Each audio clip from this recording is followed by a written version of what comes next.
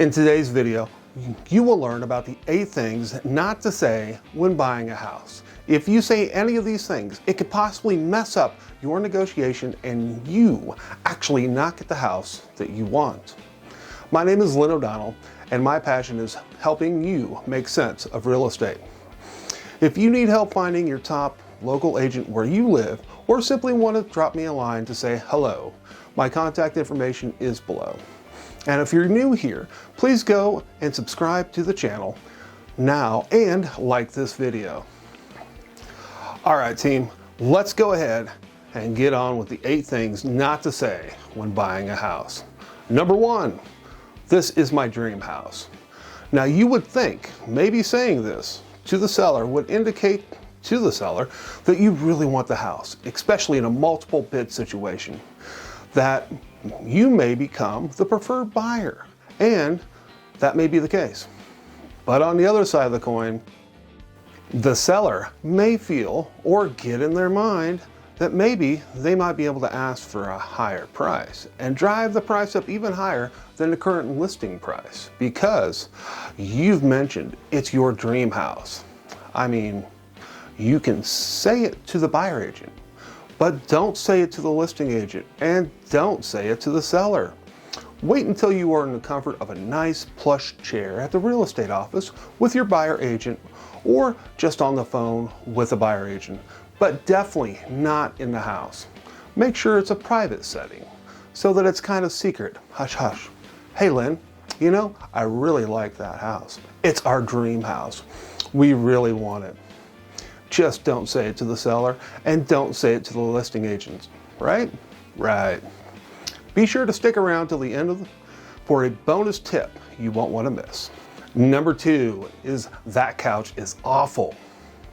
Now, if you start going into a home insulting someone's furniture, decor, even if it's not your taste, it can set a bad tone for the relationship, if there's even going to be a relationship.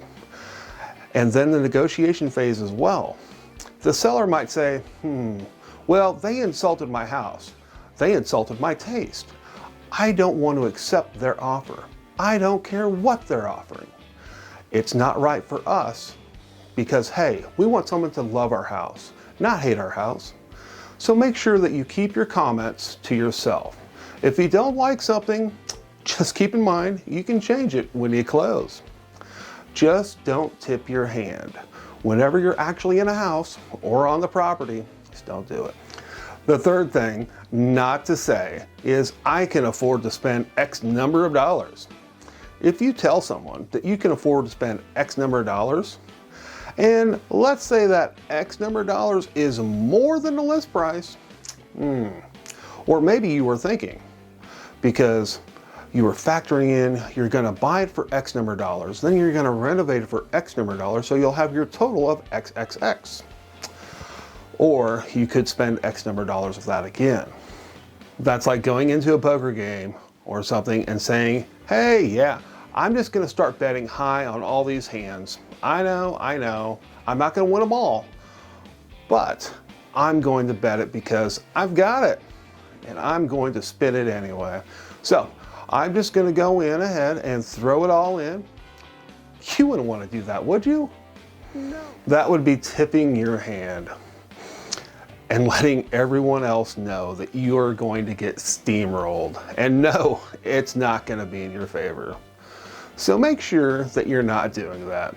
Don't tip your hand by telling people, the seller or the listing agent, what you can and cannot spend. Tip number 4 is, I can't wait to get rid of that stuff or thing. You know, again, having a little common respect and decency in someone else's home goes a long way.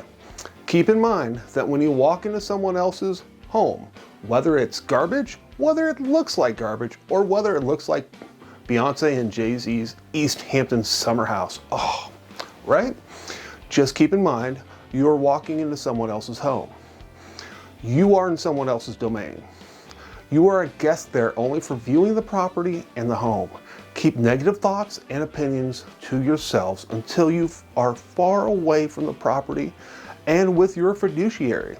Yes, your buyer agent. If you go in there and start insulting people's stuff, it's never going to be it's just never going to work out. It's just never going to be a good relationship from the get-go. Saying that, even if you can get your offer submitted, it's not going to work because sometimes they're going to say, hey, you know, I just don't like that person. Something about them doesn't feel right. I think I'll just sit back and wait for another offer to come in with somebody that's a little easier to work with, because sometimes making comments like that up front can actually indicate that you might be difficult to work with, and nobody wants to get into a real estate process with you. Nobody wants to have a tenuous relationship with difficult people to work with when they don't have to.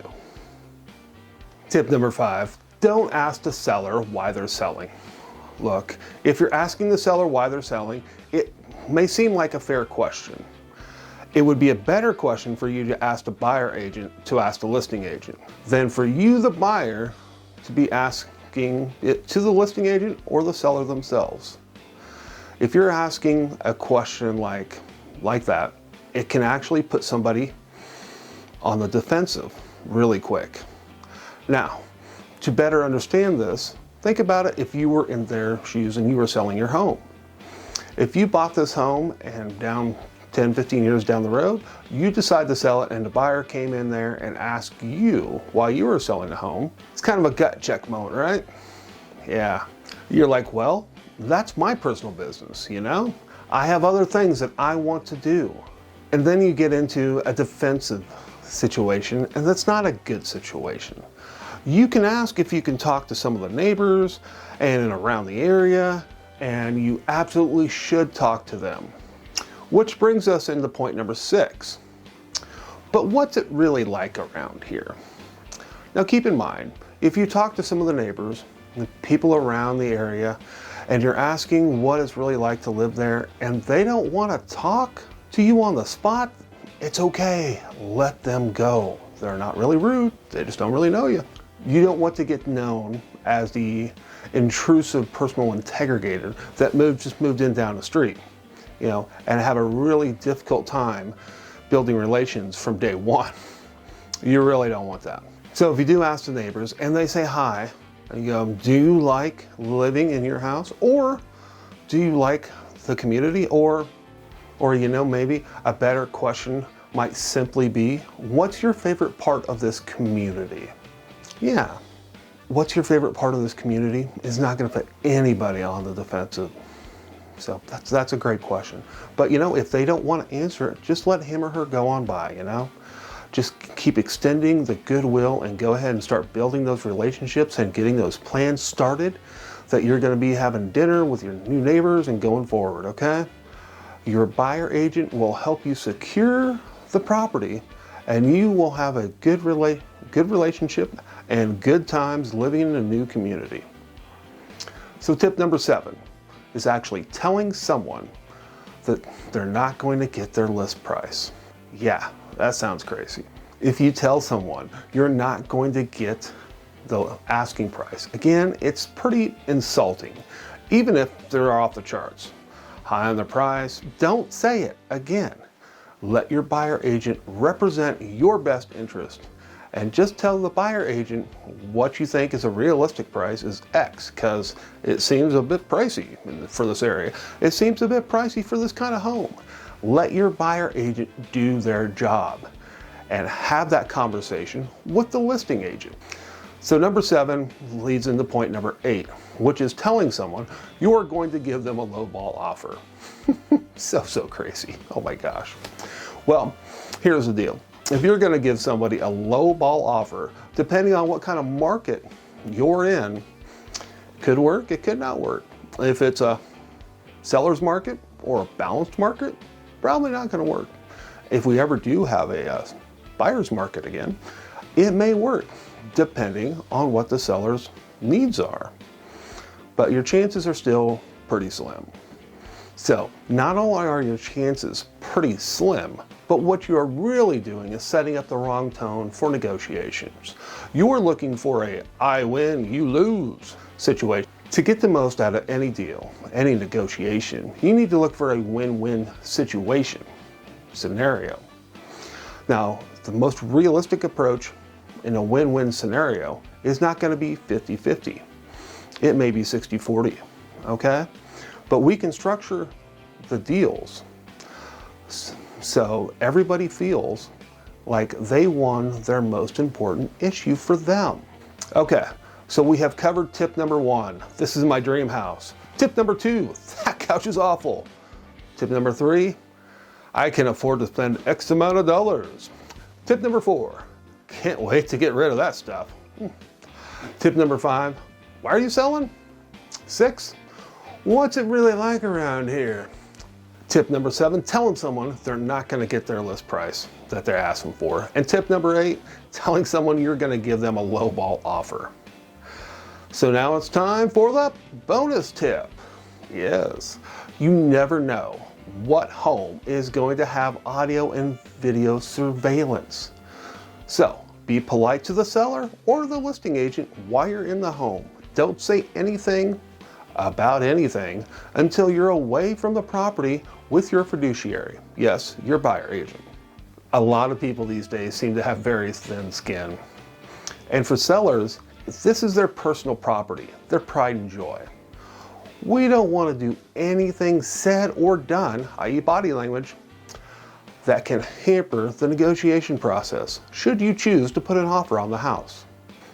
Now, if you've learned something from this video, I'm going to ask you to do 3 things. Number 1, please subscribe to the channel.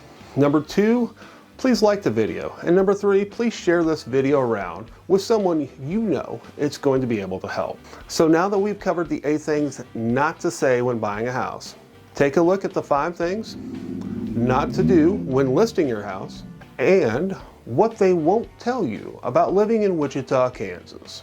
Feel free to reach out to me with any real estate or community related questions. I look forward to chatting with you. My contact information is below. And just remember, when you do what you love, people love what you do. God bless. Why is everything so bright? And they say, Billy Bob, fa la la la la la la la la.